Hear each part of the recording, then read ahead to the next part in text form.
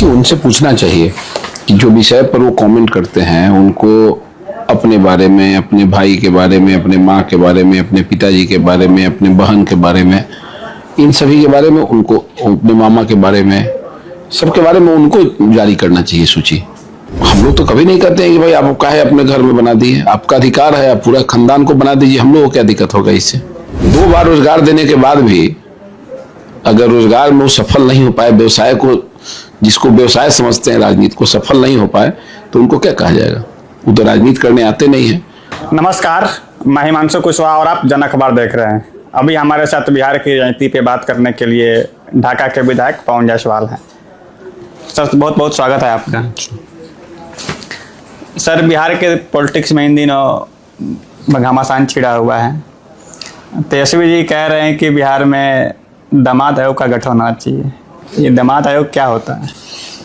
कि उनसे पूछना चाहिए कि जो विषय पर वो कमेंट करते हैं उनको अपने बारे में, अपने भाई के बारे में, अपने माँ के बारे में, अपने पिताजी के बारे में, अपने बहन के बारे में, इन सभी के बारे में उनको, अपने मामा के बारे में, सबके बारे में उनको जारी करना चाहिए सूची। वो कौन चीज़ था?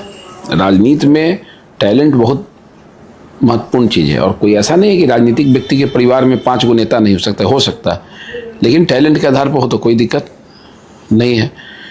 तो हम लोग तो कभी नहीं कहते हैं कि भाई आप काहे अपने घर में बना दिए, आपका अधिकार है, आप पूरा खानदान को बना दीजिए, हम लोगों को क्या दिक्कत होगा इससे। जनता को आप कैंडिडेट बना दीजिएगा, जनता को चुनना है कि प्रत्याशी कौन जीतेगा कौन हारेगा, इसलिए वो गलत कमेंट करते हैं। उनको इस प्रकार का कमेंट हतोत्साह होकर ऊपर कह रहे हैं। जब आदमी का ज़मीन खसक जाता है ना तो वो किसी प्रकार का अनर्गल बयान देता है।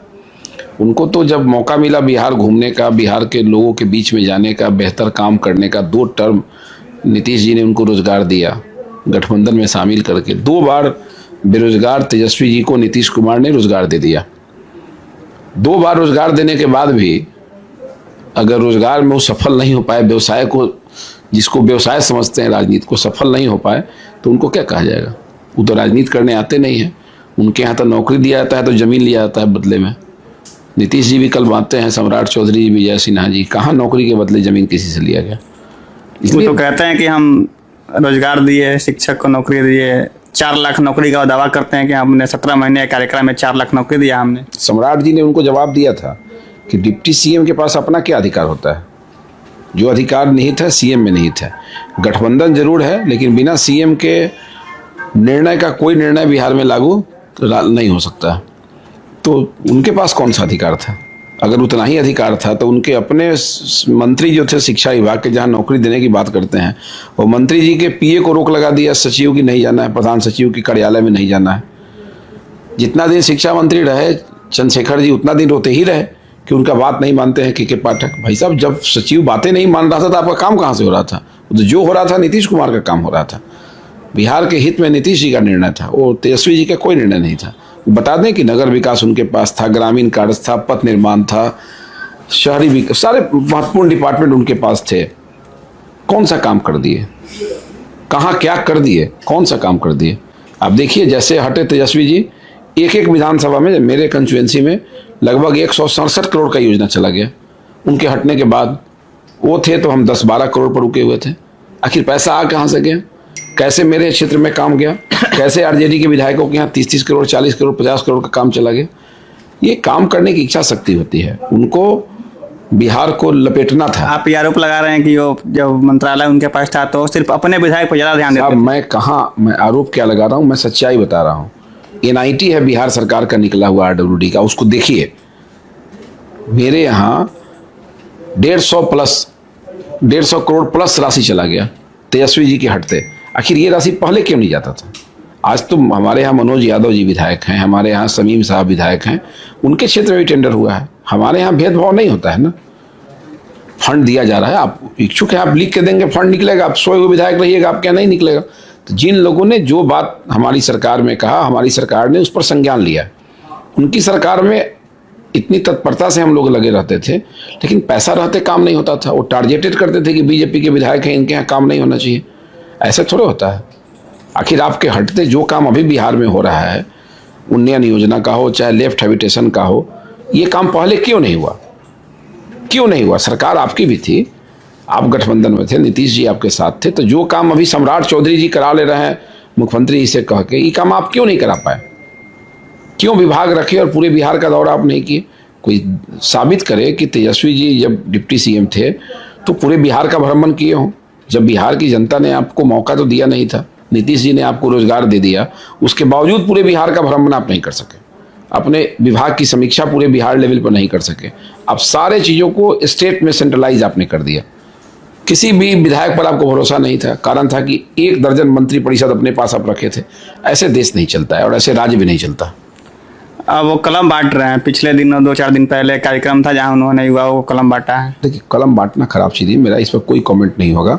अगर मान लीजिए कि हम नहीं पढ़ पाए, अगर हम किसी दूसरे को पढ़ने के लिए इच्छुक करें तो ये उनकी बड़प्पन है। हम इस बात की सराहना करते हैं कि भले वो पूरा नहीं पढ़ पाए, मतलब पूरी डिग्री नहीं ले पाए, लेकिन अगर अन्य बच्चों को पढ़ने के लिए वो कलम बांट रहे हैं तो इसके लिए तो हम उनकी सराहना करेंगे कि स्वयं नहीं पढ़े हो, भले लाख साधन सुविधा के बाद भी, लेकिन अगर दूसरे बच्चों को पढ़ाने के लिए अगर कलम बांट रहे हैं, किताब बांट रहे हैं, तो इसके लिए हम तेजस्वी जी की सराहना करेंगे। पिछले दिनों विजय चौधरी एक कार्यक्रम में थे। उन्होंने कहा कि नीतीश कुमार के बाद बिहार में सम्राट चौधरी हैं, नंबर 2 की पोजीशन में सम्राट चौधरी हैं। तो क्या ये माना जाए कि बिहार में नीतीश कुमार के बाद अब बिहार में तेजस्वी वर्सेस सम्राट होगा? देखिए, ये सब चीज़ के बारे में हम कोई बात नहीं बोल सकते हैं। ये सभी बात सेंट्रल लेवल पर तय होता है, एनडीए गठबंधन तय करता है। विजय चौधरी जी अगर कहें, मैंने उनका बयान देखा नहीं है, तो इसके लिए कौन कहेगा कि नहीं? सम्राट चौधरी जी एक बेहतर पर्सनालिटी है बिहार में, काफ़ी लंबा संसदीय जीवन है उनका, काफ़ी गंभीरता से अपनी बातों को रखते हैं, बिहार के हित में सोचते हैं। वित्त मंत्री के रूप में उन्होंने बेहतर काम किया है, बेहतर सुशील मोदी जी के जो अधूरे सपने थे उनको उन्होंने पूरा किया है। तत्परता से सारे विभागों की समीक्षा करना, सारे विभागों से जुड़े हुए मामलों को पेंडिंग नहीं रखना, उसका निराकरण तत्क्षण करना। तो अगर विजय चौधरी जी ने कहा है तो इस पर किसी को क्या आपत्ति हो सकता है? टैलेंट का तो कहीं सम्मान होना चाहिए, टैलेंट का तो सम्मान कहीं भी होना चाहिए। टैलेंट अगर आपके पास है तो सम्मान होना चाहिए। आपने ढाका विधानसभा और चिरैया विधानसभा की जनता की 20-25 साल की समस्या को, जो सड़क चिरैया से घोड़ासान थी, उसको आपने उस समस्या का हल कर दिया। इसके बाद कोई बड़ा प्लान है क्या क्षेत्र में जो इससे प्रकार कोई समस्या हो? देखिए, समस्या का समाधान कोई मैंने नहीं कर दिया, ये जनता के वोट की ताकत थी। 1 लाख ढाका विधानसभा के लोगों ने हमको वोट दिया था। 1 लाख लोगों का खींचा हुआ लकीर था कि पवन जायसवाल में यह क्षमता है कि हम किसी काम के पीछे लगते हैं तो उसको प्रयास करते हैं कि 100% पूरा करा लें। भले ही अंतिम समय में हुआ, लेकिन चिरैया पूर्णिया रोड में 42 करोड़ रुपया माननीय मुख्यमंत्री जी ने घोषणा करके दिया।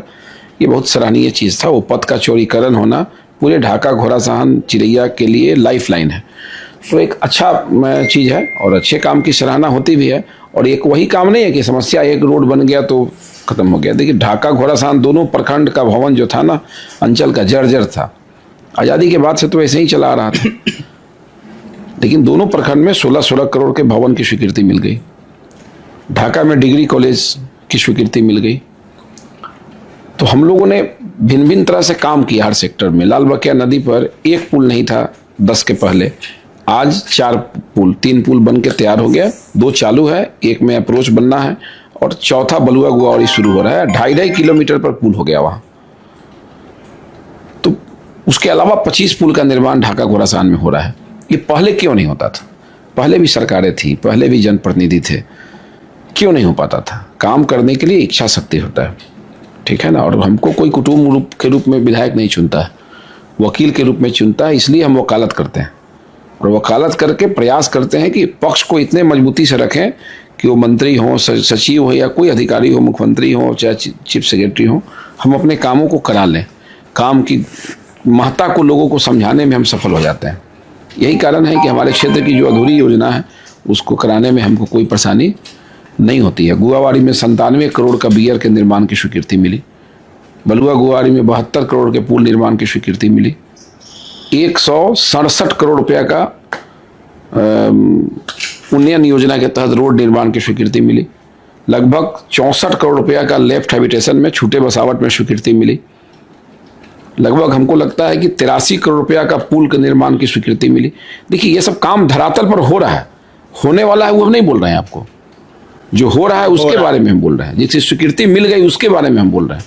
अभी भी हमारे पास 3-4 महीने का समय है। मेरा टारगेट है कि 150 करोड़ रुपए से ऊपर का काम इसमें हमको स्वीकृत कराना है और काम को शुरू करना है चुनाव से पहले? चुनाव से पहले।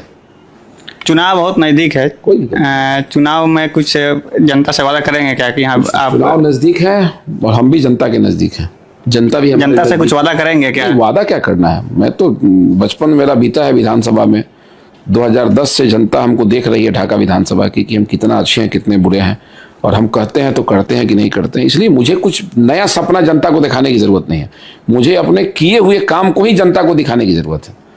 मुझे अपने किए हुए 10 वर्षों के काम को जनता के बीच लेके जाना है कि आपने हमको मौका दिया, इन 10 वर्षों में मैंने ये काम किया। और आज़ादी के बाद जो भी माननीय जनप्रतिनिधि रहे उनके काम को मेरे काम से आप तुलना कर लीजिए। अगर आपको लगे कि नहीं भाई अन्य लोगों के अपेक्षा मैंने ज़्यादा प्रयास किया है, सफलता पाया है, तो निश्चित रूप से एक बेहतर वकील के रूप में आपका आशीर्वाद हमको मिलना चाहिए। धन्यवाद।